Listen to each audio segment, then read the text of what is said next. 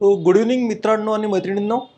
तर काल मी ग्रुपवरती एक मेसेज टाकलेला होता टेस्ट सीरीज बद्दल मराठी मीडियम मधून.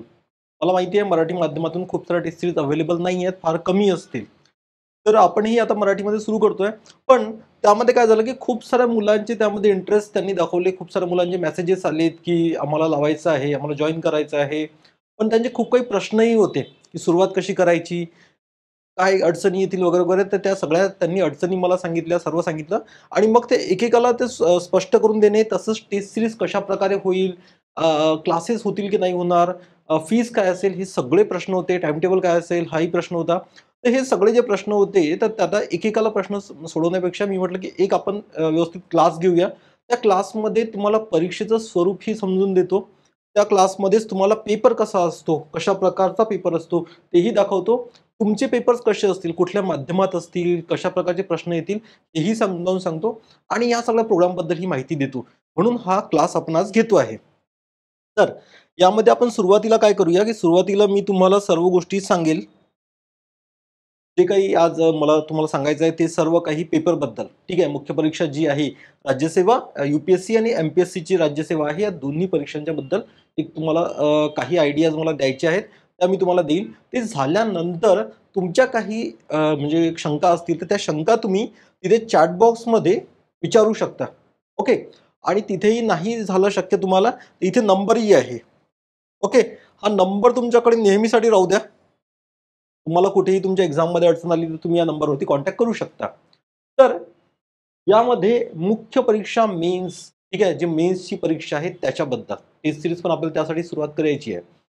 पण हे करण्याच्या आधी आपल्याला पेपर पाहून पेपर समजून घ्यावा लागेल. नाहीतर काय होतं ना, की खूपदा आपण टेस्ट सीरीज जॉइन तर करतो, पण पेपर लिहित नाही पूर्ण.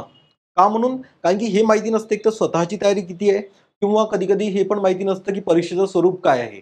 मग जॉइन करतो, फीस देतो आणि फीस दिल्यानंतर असं वाटतं, की यार हे तर मला जमत नाहीये. ठीक आहे. किंवा मला हे तर आधी माहितीच नव्हतं.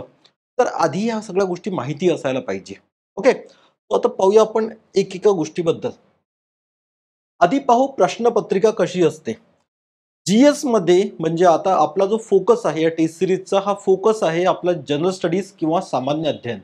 ठीक आहे. या सामान्य अध्ययनामध्ये तुम्हाला 4 पेपर्स आहेत. ओके. टोटल 4 पेपर्स आहे. या 4 पेपरमध्ये पहिला पेपर जो आहे तो सामान्य अध्ययन 1. ठीक आहे. आता ज्या लोकांना आयडिया असेल त्यांनाही हे रिपीटेडली मी परत सगळं एक्सप्लेन करून सांगणार आहे. कारण की कदाचित तुमच्यापैकी काही असेही असतील की ज्यांना फार कमी माहिती आहे. म्हणून थोडं एकदा एक सुरुवातीचे काही वेळ तुम्हाला रिपिटेटिव्ह वाटतील. तर 4 पेपर, पहिला सामान्य अध्ययन 1, दुसरा सामान्य अध्ययन 2, तिसरा सामान्य अध्ययन 3 आणि चौथा सामान्य अध्ययन 4. आता या 4 पेपरमध्ये पहिला जो पेपर आहे त्यामध्ये आहे इतिहास, भूगोल आणि भारतीय समाज हे 3 घटक. पेपर 2 जो आहे या पेपर 2 मध्ये तुम्हाला आहे भारताची राज्यघटना, तसंच कायदे, त्यासोबत हे गव्हर्नन्स किंवा प्रशासन, शासन, प्रशासन आणि त्यानंतर आहे आंतरराष्ट्रीय संबंध आणि सामाजिक न्याय. ठीक आहे. हे झाले सामान्य अध्ययन 2 मध्ये. सामान्य अध्ययन 3 मध्ये तुम्हाला आहे अर्थशास्त्र, शेती, त्यानंतर आंतरिक सुरक्षा, त्यानंतर एन्व्हायर्नमेंट किंवा पर्यावरण आणि त्यासोबत सायन्स अँड टेक्नॉलॉजी. ठीक आहे. आणि तसंच आपत्ती व्यवस्थापन. हे सर्व कशामध्ये आहे? तर सामान्य अध्ययन 3 मध्ये. सामान्य अध्ययन 4 मध्ये इथिक्स, ठीक आहे, जो नीतिशास्त्राचा पेपर आहे तो. आता हे झाले तुमचे जे सब टॉपिक्स आहे यामध्ये. ओके. आता जर पाहायला गेलं तर खूप सारे टॉपिक आहे. जवळपास जर सगळे विषय मोजलेत, तर एक 12 ते 15च्या आसपास तुम्हाला सर्व टॉपिक आहेत 4 पेपर मिळून. आता यानंतर यामध्ये पेपर कशाप्रकारे होतो ही प्रश्नपत्रिका आपल्याला पाहायची आहे. त्याआधी तुम्हाला सांगतो, या प्रत्येक पेपरला तुम्हाला 250 गुण आहेत. ओके. ते गुण आहेत, ते प्रत्येक पेपरला आहे 250, 250 आणि 250. म्हणजे टोटल झाले 1000. जी फायनल एक्झाम होती ती होती 1750 मार्क्सची आणि त्या 1750 पैकी 1000 मार्क्स तुम्हाला सामान्य अध्ययनाला म्हणजे या 4 पेपर्सला आहे. ओके. आता या 4 पेपर्समध्ये हे जे पहिले 3 पेपर आहे, यामध्ये तुम्हाला टोटल 20 प्रश्न असतात. ओके. आता या 20 प्रश्नांमध्ये 10 प्रश्न हे असतात 10 मार्क्ससाठी किंवा 10 गुणांसाठी, म्हणजे टोटल झाले 100. आणि परत 10 प्रश्न असतात 15 मार्क्ससाठी, हे झाले 150, म्हणजे टोटल झाले 250 मार्क्स. ठीक आहे. आणि हा जो सामान्य अध्ययन 4 आहे किंवा ज्याला म्हणतो आपण इथिक्स, इथिक्सच्या पेपरमध्ये तुम्हाला सेक्शन ए आणि सेक्शन बी असतो. हे आधी मी ज्या इथिक्सचे क्लासेस होतात आपले त्यामध्ये एक्सप्लेन केलेलं आहे, पण परत एकदा सांगतोय की यामध्ये सेक्शन ए आहे आणि सेक्शन बी आहे. सेक्शन ए मध्ये थिअरीवाले क्वेश्चन्स असतात 13, हे झाले 10 मार्क्ससाठी, टोटल 130. आणि सेक्शन बी मध्ये केस स्टडीज असतात 6, प्रत्येक 20 मार्काला, म्हणजे हे झालं 120, टोटल झाले 250 मार्क्स. ओके. आता हा ओव्हरऑल तुम्हाला सामान्य अध्ययनामध्ये काय काय कव्हर करायचं आहे, कुठले कुठले भाग असतात, कशा प्रकारचे प्रश्न असतात. आता आपल्याला पाहायचं आहे ते म्हणजे प्रश्नपत्रिका. यावर्षी झालेला जो GS 1चा पेपर होता तो तुम्हाला दाखवतो, फक्त समजण्यासाठी की कशा प्रकारे पेपर कसा दिसतो तुमचा. तर आणि कुठल्या मीडियम मधून असतो, कारण की खूप साऱ्या मुलांचा प्रश्न हाही होता की मीडियम कुठला आहे. तर मला वाटते सर्वांना क्लिअर दिसत असेल, नसेल जरी दिसत तरी पण तुम्ही सध्या फक्त समजण्याचा प्रयत्न करा, मी समजावून सांगतो तुम्हाला. ओके. पहिलं जे पेज आहे, आता हा सामान्य अध्ययन 1चा पेपर आहे 2025चा UPSCचा. ओके. टोटल मार्क्स किती आहेत, तर 250. त्या तुम्हाला इन्स्ट्रक्शन आहेत. ठीक आहे. आता इन्स्ट्रक्शन मध्ये पहा, पहिली कुठली आहे की सर्व क्वेश्चन्स हे करा. तुम्हाला टोटल क्वेश्चन किती आहे, तर 20 क्वेश्चन आहेत. आता सेम 20 क्वेश्चन जर राज्यसेवा मेन्स देत असाल तर तिथेही तुम्हाला 20च क्वेश्चन राहतील. जसं स्ट्रक्चर मी तुम्हाला UPSC सांगितलं तसंच तुम्हाला MPSC साठी पण असेल, मेन्ससाठी. दुसरं पहा, both questions are printed in Hindi and English. आता एक गोष्ट लक्षात ठेवा, ज्या मुलांचं माध्यम मराठी आहे त्यांच्या सर्वांसाठी तुमचे जे प्रश्न जे प्रिंटेड असतात क्वेश्चन पेपरमध्ये UPSCच्या, ते हिंदी आणि इंग्लिशमध्ये असतात, ते मराठीमध्ये नसतात. तुमची भाषा कुठलीही असेल, माध्यम कुठलंही असेल, कदाचित तुमचं मल्याळम असेल, कदाचित तुमचं तामिळ असेल किंवा तेलुगू असेल किंवा व्हॉटएव्हर जेही मीडियम आहे, पण तुमचा क्वेश्चन पेपर हा हिंदी आणि इंग्लिशमध्येच येईल. तुम्ही त्या पेपरला लिहू शकता तुमच्या लँग्वेजमध्ये, तुमची जी मदर टंग आहे किंवा तुमचं जे मातृभाषा किंवा तुम्हाला जी लँग्वेज जमतं त्या लँग्वेजमध्ये तुम्ही लिहू शकता. पण तुम्हाला जे क्वेश्चन्स येतील ते प्रश्न तुम्हाला फक्त हिंदी आणि इंग्लिशमध्येच येतील, म्हणजे तुम्हाला हिंदी आणि इंग्लिशमध्ये ते प्रश्न समजले पाहिजे. ठीक आहे. आता हेच ज्यावेळी MPSC मध्ये पेपर येईल तर MPSC मध्ये हा क्वेश्चन मराठी आणि इंग्रजीमध्ये येईल. जसं इथे हिंदी आणि इंग्लिश आहे, तिथे मराठी आणि इंग्लिशमध्ये येईल. ओके. आता त्यानंतर दुसरं पहा की इथे सगळे जे क्वेश्चन्स आहेत ते कंपल्सरी आहेत. यामधला कुठलाही क्वेश्चन तुम्हाला ऑप्शनल नाही आहे. ठीक आहे. ऑप्शन्स नाही आहे की तुम्ही ए लिहा किंवा बी लिहा किंवा खालीलपैकी 5 पैकी 3च लिहा, अशा प्रकारचं ऑप्शन नाही आहे जसं आपल्याला कॉलेजमध्ये किंवा शाळेमध्ये असायचं. इथे तुम्हाला काय आहे ना की कंपल्सरी आहे, जेवढेही क्वेश्चन दिलेले आहेत ते तुम्हाला लिहावेच लागणार आहे. त्यामध्ये तुम्ही त्याला कुठलाही क्वेश्चन स्किप करू शकत नाही. ठीक आहे. आता यातलं इथे यांनी दिलेलं आहे की क्वेश्चन नंबर 1 ते 10 जे आहे ते 50 शब्दांमध्ये लिहायचं आहे आणि 11 ते 20 जे आहे ते 250 शब्दांमध्ये लिहायचं आहे. आता बघा क्वेश्चन्स कशा प्रकारे आहे. तर पहिला क्वेश्चन तुम्ही पाहू शकता, हा वरचा जो क्वेश्चन आहे पहिलं त्याचं ट्रान्सलेशन हिंदीमध्ये आहे आणि खालचं इंग्लिशमध्ये आहे. ओके. तर तुम्हाला सर्व प्रश्न हिंदी इंग्लिश अशा प्रकारे दिसतील.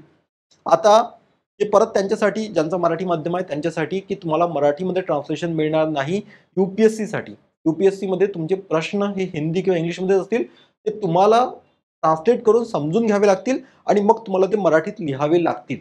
पण राज्यसेवा मेन्समध्ये तुम्हाला हे मराठीमध्ये राहील. जसं इथे हिंदीमध्ये आहे, तर या जागेवरती तुम्हाला मराठीमध्ये मिळेल. आता इथे किती शब्दांमध्ये लिहायचं आहे, 150 शब्दामध्ये 10 मार्क्ससाठी, 150 शब्दांमध्ये 10 मार्क्ससाठी. ओके. आता अशाच प्रकारे क्वेश्चन नंबर 11 पासनं ते 20 पर्यंत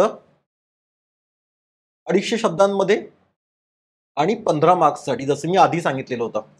हे स्ट्रक्चर, सेम स्ट्रक्चर तुमच्या GS2 साठी आणि जे GS3 साठी पण आहे. ठीक आहे. GS4चं स्ट्रक्चर वेगळं असतं, त्याला कधीतरी नंतर पाहूया आपण. तर हा झाला तुमचा प्रश्नपत्रिका.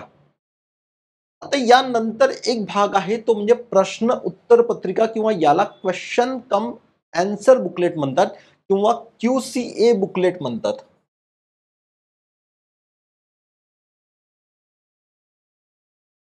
QCA किंवा क्वेश्चन कम आन्सर बुकलेट, ज्यामध्ये तुमचे प्रश्न आणि उत्तर म्हणजे प्रश्न दिलेले असतात आणि तुम्हाला तिथेच उत्तर लिहायचं आहे, म्हणजे ही एक उत्तर पत्रिका आहे तुमची. जसं आपल्याला आपल्या युनिव्हर्सिटीच्या एक्झाममध्ये किंवा शाळेच्या परीक्षेमध्ये ज्या प्रकारे आपल्याला पुरवण्या मिळतात, ठीक आहे, की एखाद्या आन्सरला तुम्हाला ॲडिशनल लिहायचं असेल, जास्त काही लिहायचं असेल, तुम्हाला पुरवणी मिळतात. अशा पुरवण्या तुम्हाला UPSCच्या परीक्षेमध्ये किंवा MPSC राज्यसेवेमध्ये मिळणार नाही. ओके.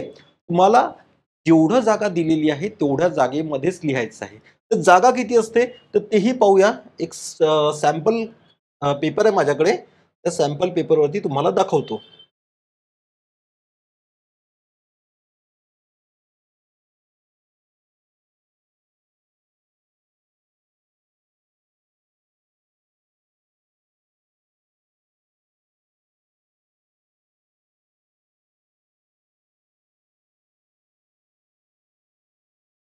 क्लॅरिटीचा इश्यू कोणाकोणाला येतोय? ऋषिकांत सोडून बाकी कोणाला येतंय का?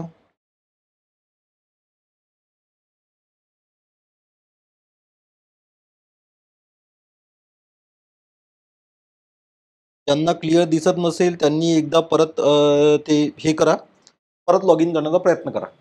ठीक आहे. आता हे झालं QCA बुकलेट.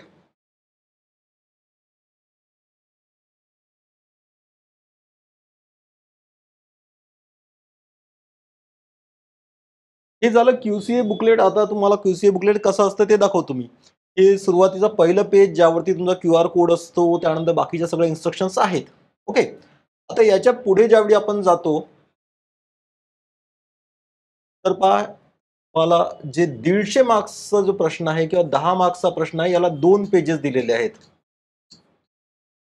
ठीक आहे. आता इथनं तुमचा दुसरा प्रश्न सुरू होईल. आता तुम्हाला तुमचं जे उत्तर आहे हे या 2 पानांमध्येच 150 शब्दांचं उत्तर लिहायचं आहे.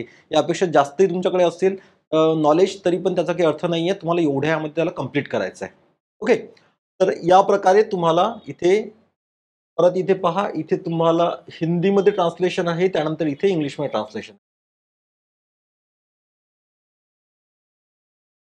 150 शब्द किंवा 250 शब्द ही तुमची नेहमीसाठी वर्ड लिमिट असेल. आता याच्या पुढेही ज्यावेळी जाऊ आपण, क्वेश्चन नंबर 3 मध्येही तेच पोझिशन. ठीक आहे. तर म्हणजे ॲडिशनल पुरवण्या मिळत नाही. जेवढ्या दिल्या आहे तेवढ्यामध्ये पूर्ण करायचं आहे आणि याचसोबत तुम्हाला वर्ड लिमिट दिलेली आहे. ती वर्ड लिमिट पण क्रॉस करता येत नाही. ओके. त्यामुळे नेहमी लिहिताना, प्रॅक्टिस करताना लक्षात ठेवायचं आहे, की जेवढा म्हणजे वेळ आणि जेवढे पेजेस दिलेले आहे, त्याला क्रॉस करायचं नाही. ओके. तर याच्या पुढे तुम्हाला गोष्ट दाखवायची आहे. हाय रूल बॉक्स.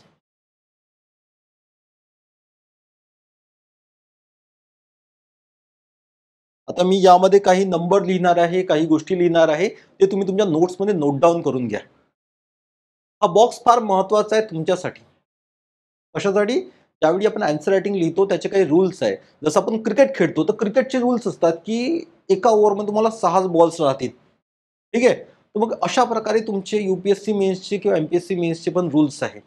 तर यामध्ये काय आहे ना, की पहिलं म्हणजे शब्दसंख्या, त्यानंतर वेळ आणि पेजेस किंवा पानं किती राहणार आहेत. तर 10 मार्क्सचा जर प्रश्न असेल, 10 मार्क्स, 15 मार्क्स आणि 30 मार्क्स. यामध्ये 10 मार्कांसाठी तुम्हाला जी शब्दसंख्या आहे ती आहे 150. 150च्या वरती तुम्ही लिहू नका. का लिहू नका? कारण की एक तर वेळ नसतो आपल्याकडे. परीक्षेमध्ये एक सांगतोय, की जर तुम्ही ओव्हरऑल पाहाल सर्व कॅल्क्युलेशन करता जवळपास 4000 शब्द तुम्हाला लिहायचे आहेत 3 तासामध्ये. 4000 शब्द जर तुम्हाला 3 तासामध्ये लिहायचे आहे, तर जवळपास तुमचं जे रायटिंग स्पीड आहे तो एक 25-26 वर्ड्स पर मिनिट पाहिजे असतो. ओके. यापेक्षा थोडाफार कमी जास्त.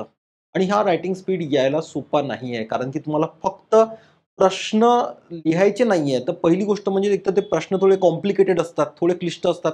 ते समजून घ्यायचे आहे. ते समजल्यानंतर त्याचं स्ट्रक्चरिंग करायचं आहे आणि ते स्ट्रक्चरिंग केल्यानंतर लिहायचं आहे. म्हणून ट्राय करा, की ही जी वर्ड लिमिट मी देतो आहे, त्याला क्रॉस करू नका. पहिला 10 मार्क्सचा असेल तर 150 आहे, 15 मार्क्सचा असेल तर 250 आहे. त्यानंतर 20 मार्क्ससाठी इथिक्सच्या केस स्टडी देतात. जसं मी मगाशी सांगितलं होतं सेक्शन बी मध्ये. तर त्याला जवळपास तुम्हाला 300 वर्ड्स मिळतात. ओके. 150, 250 आणि 300. वेळ किती आहे? तर 10 मार्क्सच्या क्वेश्चनसाठी सर्वात जास्त वेळ म्हणजे 7 मिनिटांचा, त्यापेक्षा जास्त नको. 15 मार्क्ससाठी तुमच्याकडे वेळ आहे तो म्हणजे 11 मिनिटांचा, त्यापेक्षा जास्त नाही. आणि सर्वात जास्त वेळ म्हणजे 15 मिनिट केस स्टडीजसाठी. पेजेस किती आहे? पानं किती मिळतात? तर 2 पानं, 3 पानं आणि 4 पाने. ठीक आहे. आता हे नोट डाउन करून ठेवा. जेव्हा कधी आन्सर रायटिंग प्रॅक्टिस करताय, टेस्ट सीरीज लिहिताय, यावेळी हे लक्षात असायला पाहिजे. ओके. तो हे तुमच्या एक प्रकारे असं समजा की रूल आहे. याला लिहून घ्या आणि लिहून तुमच्या इथे जिथे कुठे तुम्ही अभ्यास करताय तिथे चिटकवून ठेवा. म्हणजे जेव्हा कधी आन्सर रायटिंग प्रॅक्टिस कराल, हे लक्षात असायला पाहिजे की हे नियम काय आहेत तर. तर नियम चुकला, ठीक आहे, तर एक लक्षात ठेवाल की कुठले ना कुठले क्वेश्चन सुटतील तुमचे. म्हणजे जे 20 क्वेश्चन्स तुम्हाला दिलेले आहे, या 20 पैकी कदाचित तुम्ही 15 क्वेश्चन लिहू शकाल जर कुठलाही नियम तुम्ही चुकवला तर, पर्टिक्युलरली या वेळेचा. जर तुम्ही कुठल्या 2-3 क्वेश्चन्ससाठी खूप जास्त वेळ दिला, या 7 मिनिटाच्या जागेवरती कुठेतरी 15 मिनिट दिले 2-3 क्वेश्चनसाठी, तर लक्षात ठेवाल की उरलेले 2 ते 3 क्वेश्चन सुटणार आहेत शेवटचे. आणि ते फार मोठं नुकसान होतं, कारण की कॉम्पिटिशन जी आहे, ते कॉम्पिटिशन तुमची मुलं फेल होताना जे सीरियस आहे, जे गंभीर आहे, जे खूप जास्त अभ्यास करतात आणि खरंच प्रॅक्टिस करतात, असे मुलं फेल होताना मेन्समध्ये कधीही असं खूप मोठ्या गॅपनी फेल होत नाही, की कोणीतरी 100 मार्क्सनी फेल झालं, कोणीतरी 50 फेल होताना 2 मार्कांनी, 3 मार्कांनी अशा मार्क्सनी फेल होतात. आणि मग हे ज्या स्ट्रॅटेजीमध्ये ज्या मिस्टेक करतो आपण, त्या भारी पडतात. त्यामुळे हे लक्षात ठेवा.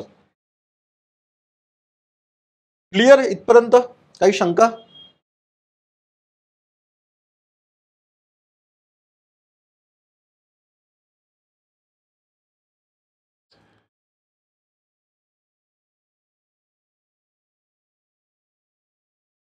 काही शंका असतील तुम्ही विचारू शकता.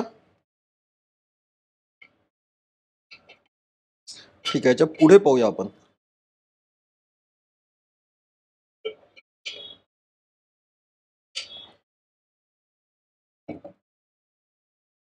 आता पहा, तुमच्यापैकी किती लोकांनी टाइम टेबल पाहिला हे मला अंदाज नाहीये.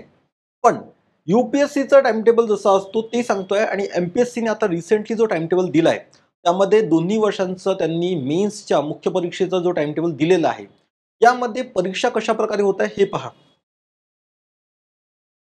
डे 1 ला UPSCचं सांगतोय की तुम्हाला त्यावरनं MPSCचाही जवळपास सारखाच आहे. तो पहिला दिवस आहे, दिवस 1 आणि दिवस 2.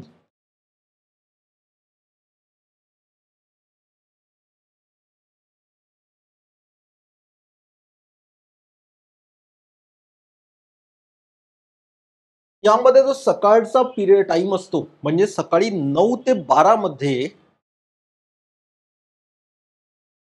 या वेळामध्ये तुमचा GS1 चा किंवा सामान्य अध्ययन 1 चा पेपर होतो. ठीक आहे. त्यानंतर दुपारी 2:30 ते 5:30 मध्ये सामान्य अध्ययन 2 चा पेपर होतो. ओके. त्यानंतर दुसऱ्या दिवशी, म्हणजे इथे गॅप कुठेच नाहीये. पहिल्या दिवशी तुमचा एसेचा पेपर होईल. दुसऱ्या दिवसाला जे आहे तुमचं सामान्य अध्ययन 2, आणि त्यानंतर सामान्य अध्ययन 3 सकाळी आणि सामान्य अध्ययन 4 दुपारी. ठीक आहे. आता यामध्ये जर तुम्ही विचार केला, तुमच्याकडे जो वेळ आहे तो फार कमी आहे रिव्हिजनसाठी. ओके. जे तुम्ही रिवाइज कराल त्यासाठी तुमच्याकडे वेळ फारच कमी आहे. जसं मी विचार करतोय की 9 ते 12 मध्ये पेपर देतो. ओके. सामान्य अध्ययन 1 ला जातो. 12च्या नंतर मी 12:15 12:30ला क्लासरूमच्या बाहेर येईल. त्यानंतर मी थोडंफार जेवण करेल आणि त्यानंतर माझ्यावर वेळ किती राहतोय? 1 तास, दीड तासाचा वेळ राहतोय की ज्यानंतर मला सामान्य अध्ययन 2 चा पेपर द्यायला जायचं आहे. ठीक आहे. आता 5:30 ला माझा हा पेपर संपतो आहे. 5:30 ला पेपर संपल्यानंतर मी माझ्या रूमवरती येतो, थोडंफार फ्रेश होतो. फ्रेश झाल्यानंतर मी दुसऱ्या दिवशीच्या पेपरसाठी सामान्य अध्ययन 3 साठी तयारी करतो. ठीक आहे. आता इथे माझ्याकडे इफेक्टिव्हली वेळ किती आहे? 3 ते 4 तासाचा. कारण की मला झोपायचं पण आहे. दुसऱ्या दिवशी सकाळी तयारी करून पेपरला पण जायचं आहे. पेपर झालाय सामान्य अध्ययन 3चा. त्यानंतर परत माझ्याजवळ फक्त एखादा तास आहे हे सगळं रिवाईज करून पेपरला जाण्यासाठी. अडचण एक ही आहे, की ज्यावेळी समजा आपण विचार करू, की एक्झामच्या आधी, परीक्षेच्या आधी मी खूप जास्त तयारी करतो, त्या गोष्टींना रिवाईज करेल आणि मला रिव्हिजनची गरजच पडणार नाही परीक्षेच्या आधी, असं होत नाही. खूप साऱ्या गोष्टी अशा आहेत, की ज्याला फॅक्ट्स म्हणतो आपण. फॅक्ट्स असेल, सांख्यिकी असेल किंवा सुप्रीम कोर्टचे जजमेंट्स असतील, ह्या सगळ्या गोष्टी तुम्हाला वेळेवरती जर तुम्ही एकदा वाचलं नाही, तर परीक्षेमध्ये आठवत नाही. ओके. मग हे वाचलं, मग आता हे कसं वाचायचं? आणि त्यावेळी मी तुम्हाला जे विषय सांगितले, जसं सामान्य अध्ययन 1 मध्ये तुम्हाला जवळपास 3 ते 4 विषय आहे. तसं 2 मध्ये तेवढेच विषय आहेत. एवढे सगळे विषय, त्या प्रत्येक विषयाची 2-2 पुस्तकं, हे सगळं रिवाईज करणं एवढ्या वेळात शक्य होत नाही. ठीक आहे. तर त्यासाठी मग सर्वात चांगलं सोल्युशन काय आहे? ते म्हणजे शॉर्ट नोट्स. तेही महत्त्वाचे टॉपिक्स आहेत. जे टॉपिक्स महत्त्वाचे आहेत, जे आपल्याला माहिती आहे की यावरती प्रश्न येऊ शकतात, त्या सगळ्याच्या शॉर्ट नोट्स बनवून ठेवायच्या. शॉर्ट नोट्स किती बनवायच्या? एका पेजमध्ये. एका पेजपेक्षा जास्त नको. का? कारण की तुम्हाला फक्त 150 ते 250 वर्ड्समध्येच, 150 ते 250 शब्दांमध्येच तुमचं उत्तर लिहायचं आहे आणि 150 ते 250 शब्दांमध्ये उत्तर लिहायला खूप जास्त तुम्हाला पॉइंट्स असण्याची गरज नसते. म्हणजे तुम्ही ज्यावेळी प्रॅक्टिस कराल तुमच्या लक्षात येईल, एवढ्या सगळ्या गोष्टींची गरज नसते. मग या केसमध्ये काय आहे, की तुमच्याजवळ एका पेजमध्ये नोट्स पाहिजे. एका पेजमध्ये नोट्समध्ये तुम्ही काय कराल, की फक्त त्यामध्ये कीवर्ड्स लिहाल. कीवर्ड्स किंवा की पॉइंट्स. पूर्ण लांबचे लांब आपल्याला वाक्य नको आहे. त्या वाक्यामधले जे महत्त्वाचे शब्द आहेत तेच फक्त नोट्समध्ये पाहिजे आहे. ठीक आहे? किंवा महत्त्वाची सांख्यिकी असेल तीच त्या पेपरवरती पाहिजे. त्यापेक्षा जास्त नको आहे. याचा फायदा लास्ट मोमेंटला रिव्हिजन करायला, टेस्टच्या आधी रिव्हिजन करायला. ओके. त्यामुळे अशा प्रकारे शॉर्ट नोट्स बनवा. मी काही पेजेस ग्रुपवरती पोस्ट केलेले होते. आय थिंक 1 की 2 पेजेस पोस्ट केलेले होते. मी त्यावरती काम करतो आहे. आता हे जे टेस्ट सीरीज होईल, या टेस्ट सीरीजच्या बॅचच्या सोबत मी सगळ्यांना त्याच्या नोट्स देईल. ठीक आहे. ज्या मी तयार करतोय आणि त्यामध्येच आपण अजून काय ॲड करू शकतो ते पण मी तुम्हाला सजेस्ट करेल. पण शॉर्ट नोट्स बनवायला सुरुवात करा. जर शॉर्ट नोट्स नसतील तर रिव्हिजन नेक्स्ट टू इम्पॉसिबल आहे, कठीण होऊन जाईल. आता त्यानंतरचा प्रश्न हा आहे, की टॉपर्सच्या उत्तरांमध्ये, उत्तरपत्रिकेमध्ये असं काय असतं, की ज्याच्यामुळे ते टॉप करतात आणि बाकी सर्व लोकांचं ते होत नाही? जे ऑल इंडिया रँक 10 मध्ये येतात, पहिल्या 10 मध्ये येतात, पहिल्या 50 मध्ये येतात, पहिल्या 100 मध्ये येतात किंवा जे लोकं लिस्टमध्ये असतात किंवा ज्यांना इंटरव्ह्यू येतो, असं काय असतं त्यांच्या अँसर्समध्ये, की जे त्यांना अलग बनवतं, जे त्यांना जास्त मार्क्स मिळवून देतं? तर तो प्रश्न आपण पाहूया. पण तो प्रश्न पाहायच्या आधी तुम्हाला काही यू-पी-एस-सीचे प्रश्न दाखवतो. ते वाचता येतं सर्वांना? वाचण्याचा प्रयत्न करा.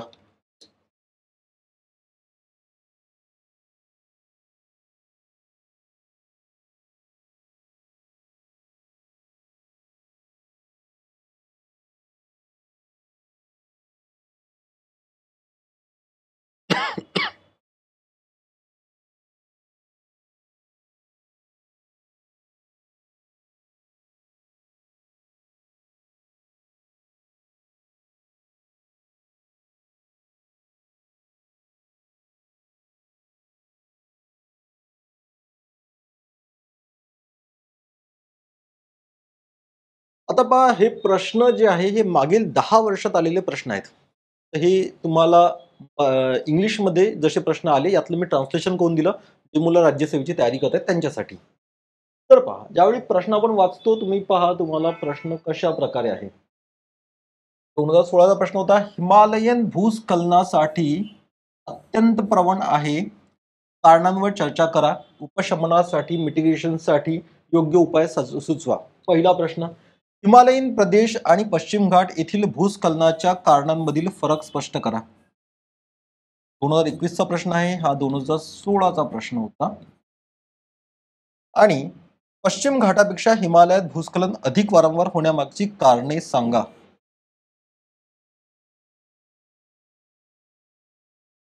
काही कॉमन गोष्ट दिसतंय. तीनही प्रश्न भूस्खलनाबद्दलच आहेत. तीनही प्रश्नांमध्ये हिमालयाचा उल्लेख आढळतो आणि 2 प्रश्नांमध्ये पश्चिम घाटाचाही उल्लेख आढळतो. आता हे 3 प्रश्न तुम्हाला का दाखवले? तर दाखवण्याचा मागचा उद्देश हा आहे, की काही प्रश्न असे आहे यू-पी-एस-सीच्या परीक्षेमध्ये, मेन्सच्या परीक्षेमध्ये, की जे परत-परत विचारल्या जातात प्रत्येक विषयामध्ये. आणि जर आपल्याला हे कळलं, या प्रश्नांवरनं, की हे प्रश्न किंवा हे जे टॉपिक्स आहेत, यावरून तुम्हाला परत-परत प्रश्न विचारले जातात. मग त्या केसमध्ये आपण काय करू शकतो, की या टॉपिकच्या शॉर्ट नोट्स तयार करून घेऊ शकतो. जर तुमच्याकडे हे सगळे टॉपिक्सचे जर शॉर्ट नोट्स असतील, जसं की हा टॉपिक आहे, मग मी काय करेन, मला प्रश्न आल्यानंतर मला खूप जास्त विचार करण्याची गरज नाहीये परीक्षा देताना. मी डायरेक्टली त्याला ॲन्सरला लिहू शकतो. माझा वेळ वाचला आणि मी खूप चांगलं उत्तर लिहू शकतो अशा प्रश्नांचं. आता दाखवतो मी यामध्ये मी काय लिहेल, जर मला शॉर्ट नोट्स बनवायच्या असतील तर. पहिलं काय यामध्ये भूस्खलन, भूस्खलन आणि भूस्खलन. म्हणजे पहिली गोष्ट मला माझ्या नोट्समध्ये असायला पाहिजे ती म्हणजे भूस्खलनाची व्याख्या. ही व्याख्या माझ्या इथे असेल, मला कुठल्याही प्रश्नाला भूस्खलनाबद्दल तर मी त्याबद्दल लिहू शकतो. दुसरं माझ्याकडे असायला पाहिजे ते म्हणजे की किती पर्सेंटेज ऑफ एरिया किंवा भारताचा किती भूभाग हा इथे भूस्खलन होतात. ठीक आहे. किंवा त्यासाठी तो कुठेतरी व्हल्नरेबल आहे. ओके. 2 पॉइंट्स लिहील मी पहिल्यांदा. दुसरं पहा, की हिमालय भूस्खलनासाठी अधिक प्रवण आहे, कारणांवर चर्चा करा. तो मी याचे कारणं शोधेल पुस्तकामध्ये, की हिमालयामध्येच भूस्खलन का होतात. कदाचित तिथे टेक्टॉनिक प्लेट वगैरे ह्या सगळ्या गोष्टी दिलेल्या असतील, त्या सगळ्या फक्त मी पॉइंट्स माझ्या नोट्समध्ये नोट डाउन करेन. त्यानंतर पहा, हिमालयीन आणि पश्चिम घाट येथील भूस्खलनाच्या कारणांमधील फरक स्पष्ट करा. म्हणजे आता इथे पश्चिम घाटाचा उल्लेख आला, तर तिसरा पार्ट माझ्या नोट्समध्ये जो राहील, तो म्हणजे पश्चिम घाटामध्ये कशामुळे भूस्खलन होतात आणि कंपॅरिझन पश्चिम घाट आणि यामध्ये हिमालयामध्ये, की कुठे जास्त होतात, कुठे कमी होतात. पश्चिम घाटमध्ये जर कमी होत असतील, तर त्याच्या मागची कारणं काय आहेत? ठीक आहे, की हिमालयच काय आहे, तर हिमालयाज यंग माउंटेन्स म्हणतात किंवा तरुण पर्वत आहेत. ठीक आहे. त्याच्या कंपॅरिझनमध्ये किंवा त्याच्या तुलनेमध्ये जे पश्चिम घाट आहे, तर पश्चिम घाट काय आहे, तर यांचं वय जास्त आहे. ठीक आहे. ते जास्त स्टेबल आहेत. हिमालय काय आहे, ते हिमालय हळू आपल्याला उत्तरेकडे सरकताना दिसतंय, कारण की आपली जी एशियन प्लेट आहे, ती उत्तरेकडे सरकत आहे आणि त्यांच्या एकमेकाला लागणाऱ्या धक्क्यामुळे इथे परत-परत भूकंप होतात आणि त्या भूकंपामुळे लँडस्लाईड दिसतात किंवा भूस्खलन दिसतं. ओके. तो हे झालं माझं कंपॅरिझन. हा झाला माझा चौथा पॉइंट. त्यानंतर इथे पहा, उपशमनासाठी उपाय सुचवा. म्हणजे कशाप्रकारे इथले जे हे होत आहेत, भूस्खलन होत आहे, त्याला कमी करण्यासाठी काय उपाय करायचे? हा झाला माझा 5वा पॉइंट. एवढे फक्त मला माझ्या नोट्समध्ये लिहायचं आहे. म्हणजे कुठलाही प्रश्न आला तर मी त्याला लिहू शकतो.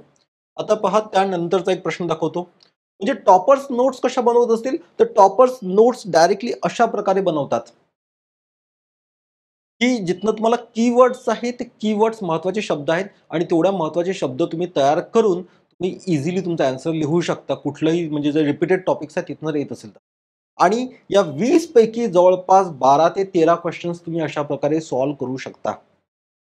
बाकीचे उरलेले जे 7 क्वेशन्स आहेत त्यातले काही क्वेशन्स करंट अफेअर्सचे असतात, काही क्वेशन्स नवीन असतात. ठीक आहे. किंवा काही क्वेशन्स जुनेच क्वेशन्स असतात, फक्त थोडे क्लिष्ट केलेले असतात. तर त्यामुळे ते 6 ते 7 क्वेशन्स सॉल्व्ह करायला अजून प्रॅक्टिस लागते. बट 10 ते 12 क्वेशन सॉल्व्ह करू शकता. यात काहीच शंका नाहीये. आता पहा याच्या पुढचे क्वेशन परत वाचा. ज्यांचं मराठी मीडियम असेल ते मराठीमधलं वाचू शकतात, जे राज्यसेवेसाठी करत आहेत आणि जे यू-पी-एस-सीसाठी करत आहेत ते इंग्लिशमध्ये वाचा.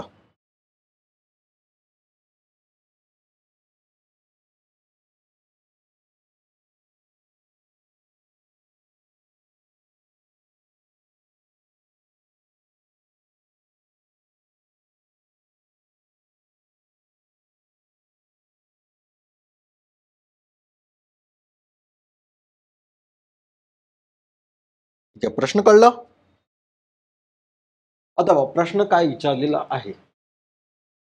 1857चे उठाव ब्रिटिश राजवटीच्या मागील 100 वर्षातील सततच्या मोठ्या आणि लहान स्थानिक बंडखोरींच्या परमोच्च बिंदू होता, स्पष्ट करा. आता पहा, हा जो प्रश्न आहे, हा डायरेक्टली 1857च्या उठावाबद्दल नाही आहे. तर कशाबद्दल आहे? हा त्याच्या कारणांबद्दल आहे, की त्याच्या आधी जे वेगवेगळे उठाव झाले आणि कधी मागील 100 वर्षांमध्ये. आता मागील 100 वर्षामध्ये जर थोडंफार इतिहास वाचलेला असेल, तर तुम्हाला माहिती आहे की 1857च्या आधी 100 वर्ष म्हणजे 1757 बाय 1800 ते 1857 आणि 1757ला काय झालेलं आहे, तर इथे तुम्हाला प्लासीचं युद्ध दिसतं, बक्सरचं युद्ध दिसतं, वेल्लोरमध्ये तुम्हाला म्युटिनी होताना दिसतंय. ठीक आहे. त्यानंतर खूप सारे जे ट्रायबल किंवा जे आदिवासी उठाव आहेत ते तुम्हाला दिसतायत. ते या सगळ्या 100 वर्षामध्ये दिसतायत. ओके.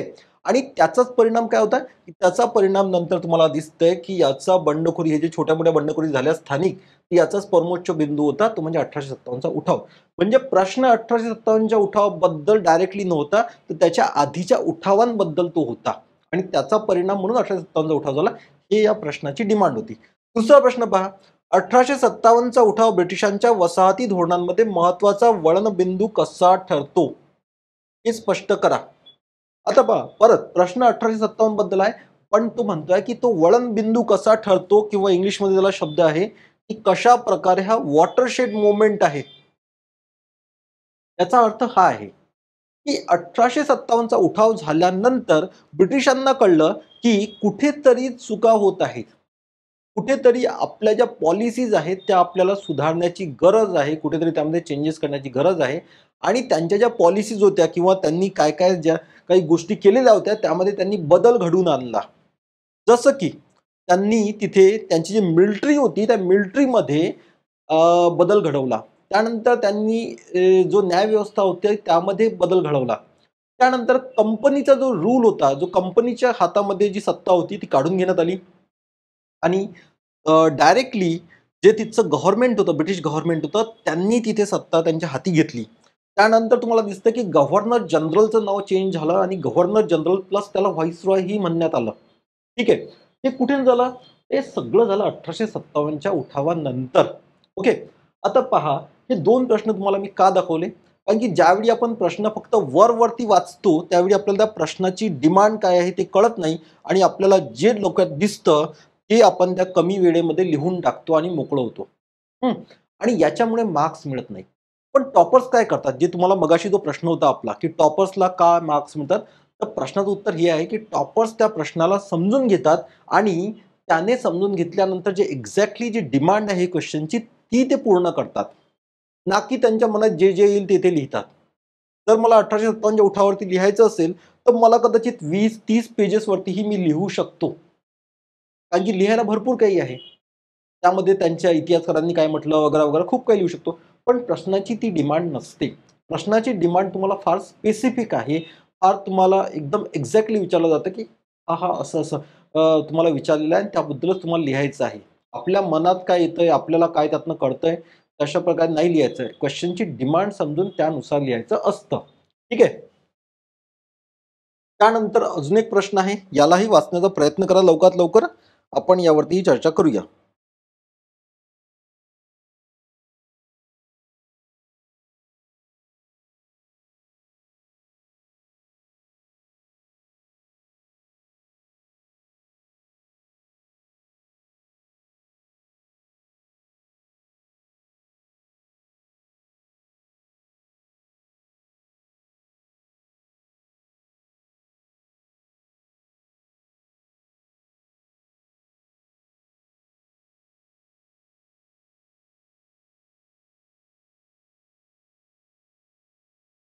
चालेल. तर आता पाहूया.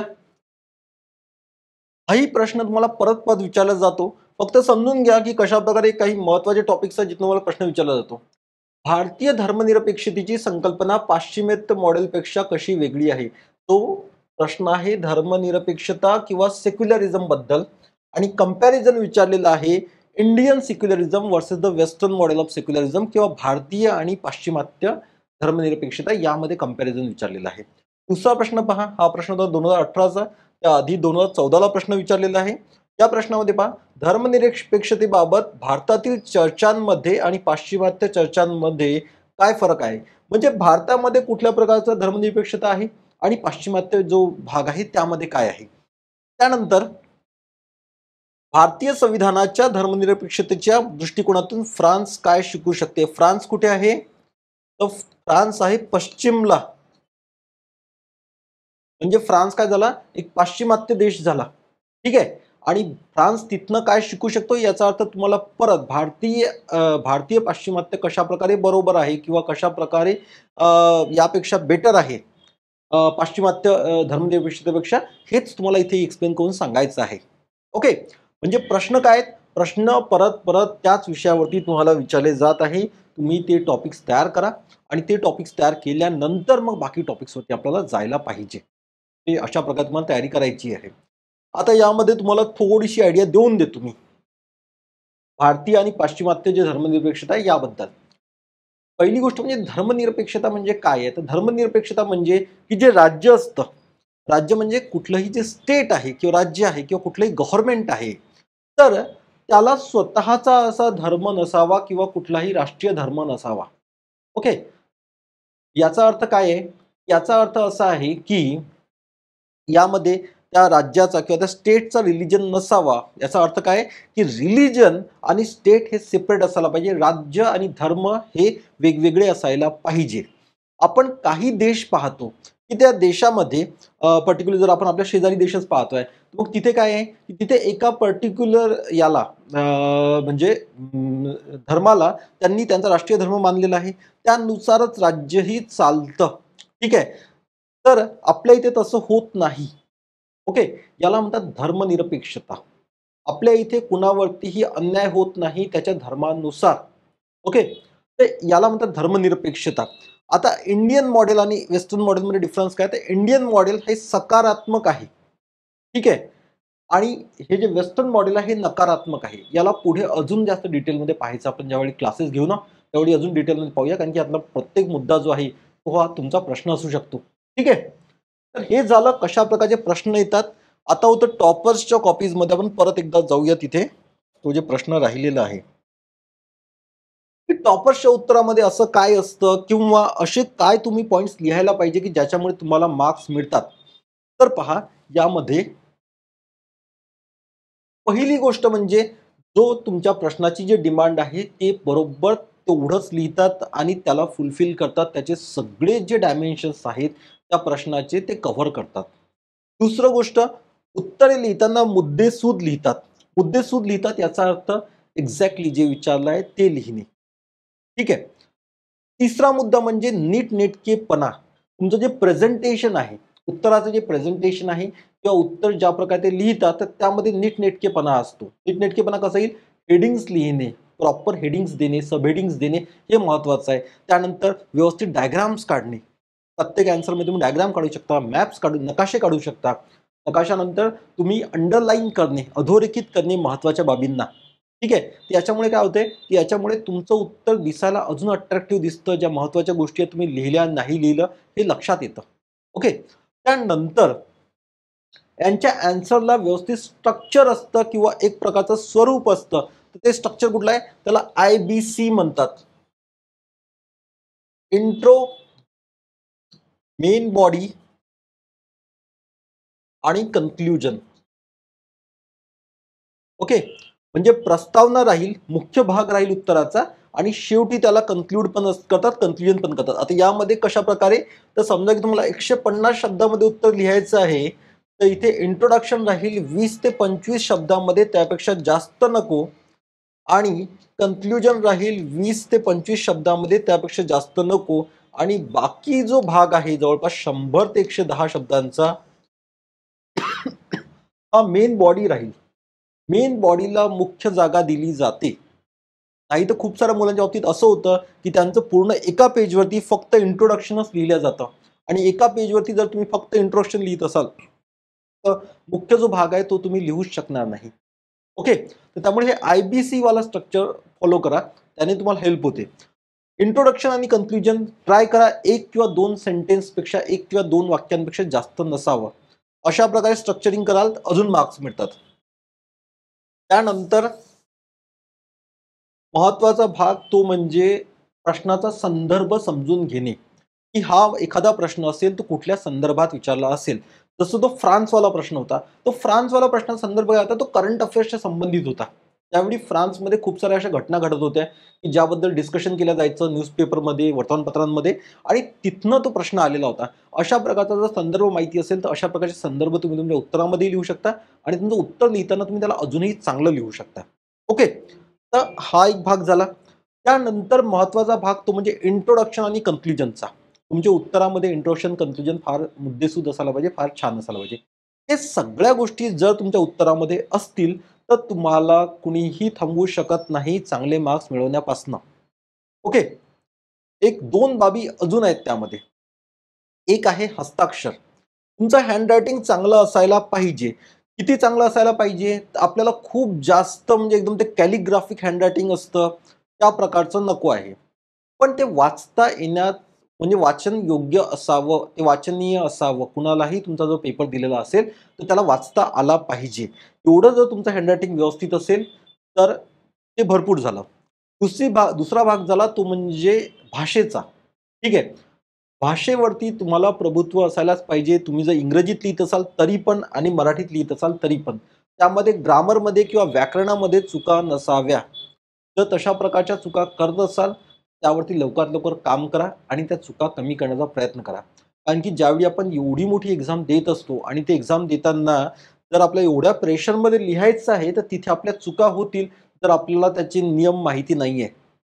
आणि मग त्या केसमध्ये काय होतं ना, की जेव्हा एक्झामिनर आपला पेपर चेक करतो आणि त्याला लक्षात येतं, की यार हा तर छोट्या-छोट्या गोष्टींमध्ये चुका करतो आहे. तर त्यामुळे आपलं नुकसान होतं. त्याच्यावरती इम्प्रेशन खराब होतं एक्झामिनरवरचं आणि तो मार्क्स कमी देतो. म्हणून नेहमी लक्षात ठेवाल, की तुम्हाला एक गोष्ट करायची आहे, ते म्हणजे तुमच्या भाषेवरती तुम्हाला प्रभुत्व पाहिजे आहे. यासाठी खूप जास्त गोष्टी करण्याची गरज नाहीये. ग्रामरचे काही जे बेसिक नियम आहेत, जे आपले व्याकरणाचे जे बेसिक नियम आहेत, तेवढे पाळायचे. दुसरी गोष्ट न्यूजपेपर किंवा कुठल्याही प्रकारचं जे वाचन करतो आहे, ते वाचन करताना थोडं कॉन्शियसली करा, थोडं लक्ष देऊन करा. की यांनी कशाप्रकारे ग्रामर म्हणजे उकार, आकार ह्या दिलेल्या आहेत. ठीक आहे?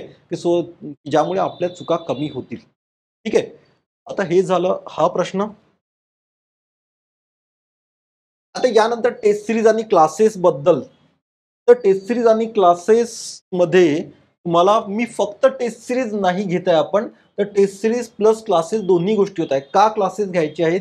क्लासेस घेणे, ज्या मुलांची तयारी व्यवस्थित असेल, ज्या मुलांनी ऑलरेडी मेन्स वगैरे दिलेले आहेत किंवा ज्यांना असं वाटतं की क्लासेस त्यांचे झालेले आहे, तर त्यांना काही करण्याची गरज नाही आहे. ठीक आहे, तर तो क्लासेसचा भाग तुमच्यासाठी ऑप्शनल आहे. पण क्लासेसमध्ये आपण काय करणार आहे, हे तुम्हाला आधी सांगतो मी. क्लासेसमध्ये आपण महत्त्वाच्या ज्या थीम्स आहे किंवा महत्त्वाचे जे टॉपिक्स आहेत त्याच्यावरती चर्चा करणार आहोत. ठीक आहे? की सो दॅट तुमच्याला कुठे जर ते टॉपिक्स कळलेले नसतील, तर ते क्लिअर होतील. ठीक आहे? हा पहिला मुद्दा झाला. दुसरं जे प्रिव्हियस इयर क्वेश्चन आहे किंवा आधी झालेले जे परीक्षेमधले जे प्रश्न आहेत UPSCचे, ते प्रश्नही आपण चर्चा करणार आहोत. ठीक आहे? जे रिपीटेडली विचारलं जात आहे, तर त्या PYQजवरती आपण चर्चा करणार. हे चर्चा करताना आपण हेही चर्चा करणार, की या प्रश्नाची डिमांड काय होती? या प्रश्नाने काय मागितलेलं होतं? तसंच या प्रश्नामध्ये इंट्रोडक्शन काय करू शकतो? कन्क्लुजन काय करू शकतो? हे सगळं तिथे चर्चा करणार आहोत आपण. त्यानंतर एक-एक पानाच्या नोट्स पण तयार करू. त्यातल्या काही नोट्स मी तयार केल्या आहेत, त्या तुम्हाला रेडीमेड मी देऊन देईल. तेही मुलं एनरोल करतील. त्या सगळ्यांना ह्या रेडी टू यूज नोट्स मिळतील.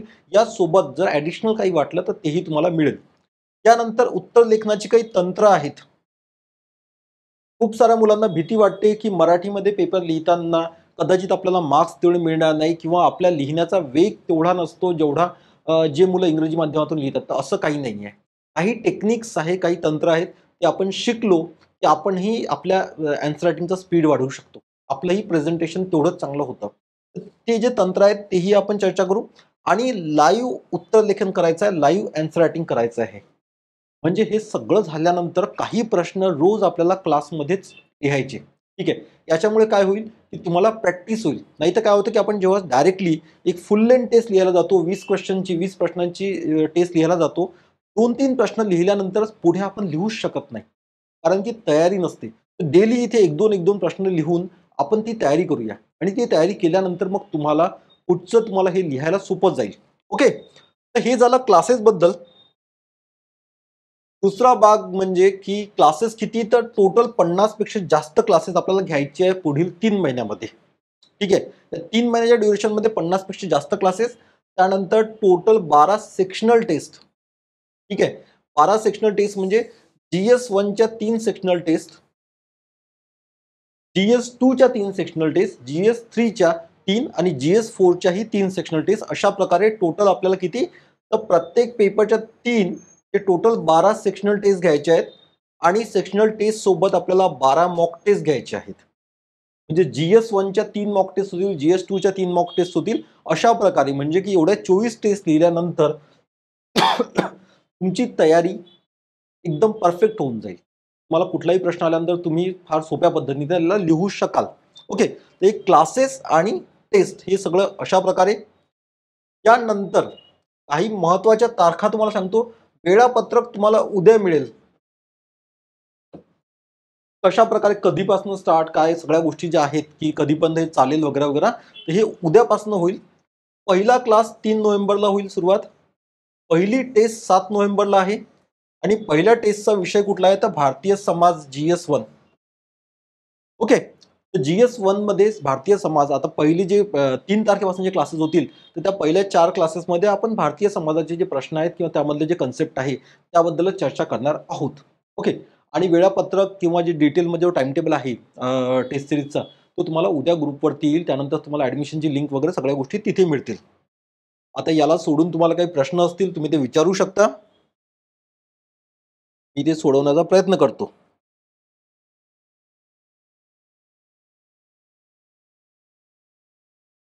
मी तुम्हाला तुमचे माइक्स पण ऑन करून देतो. ज्यांना बोलायचं आहे, तुम्ही तुमचे प्रश्न विचारू शकता. तुम्ही एक तर यामध्ये चॅट बॉक्समध्ये विचारा किंवा माईक ऑन करूनही विचारू शकता.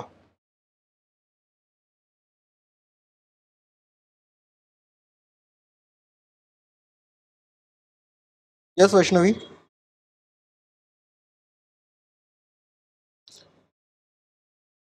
टेस्टच्या नोट्स तर तुम्हाला टेस्टचे मॉडेल आन्सर मिळतील. जेवढेही आपले टेस्ट होतील त्याचे मॉडेल आन्सर मिळतील मराठीमधनं. ओके. आणि त्यानंतर दुसरी गोष्ट की तुम्हाला नोट्स क्लासमधले पण नोट्स मिळतील.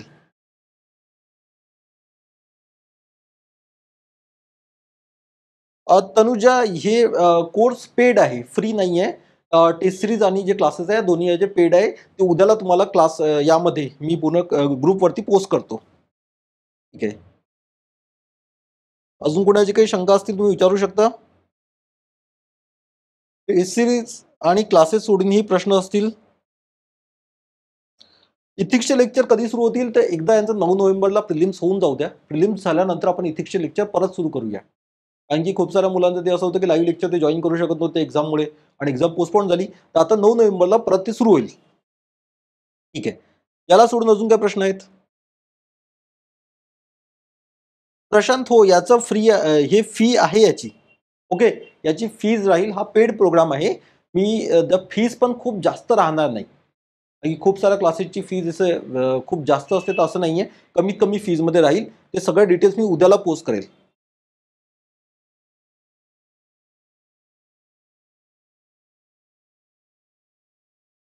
ठीक आहे. अजून काही शंका आहेत? तुमच्यापैकी तुमचं इयर कुठलं आहे? कुठल्या वर्षासाठी तयारी करताय? मला वाटते बहुतेक लोकं 2026 साठी तयारी करत असतील.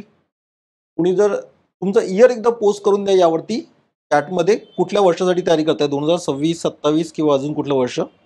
आणि परीक्षा पण पोस्ट करून द्या.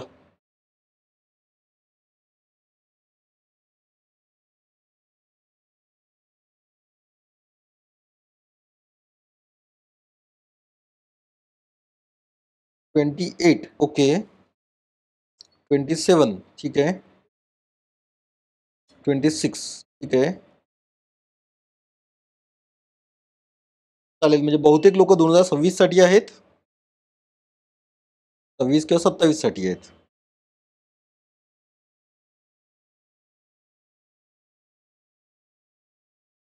मेन्स आन्सर रायटिंग प्रॅक्टिस कधीपासून घेणार? तर मेन्स आन्सर रायटिंग प्रॅक्टिस ही म्हणजे सोमवारपासून चालू होईल, 3 नोव्हेंबरपासून. त्या दिवशी आपण पहिला क्लास घेऊ. त्याच क्लासमध्ये तुमच्या प्रश्नांची प्रॅक्टिस ही स्टार्ट करणार आहोत. प्रिलिम्स प्रिलिम्स पाहूया. प्रिलिम्स पुढे, लाईक की जानेवारीपासून आपण त्यासाठी काहीतरी सुरुवात करूया. सध्या मेन्सचाच फोकस करूया, त्यानंतर आपण जानेवारीपासून प्रिलिम्ससाठी बॅचेस स्टार्ट करूया.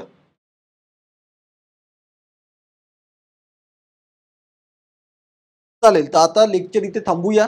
आता यालाच म्हणजे हे सगळं सोडून जर तुम्हाला कुठे शंका असतील तर इथे हा नंबर आहे, या नंबरवरती तुम्ही कॉन्टॅक्ट करू शकता. हा नंबर नोट डाऊन करून घ्या आणि त्यावरती आपण कॉन्टॅक्ट करू शकता. आणि बाकी ऍडमिशन लिंक वगैरे ह्या सगळ्या गोष्टी तुम्हाला उद्याला ग्रुपवरती येतील. Okay, so thank you for joining the class and all the best.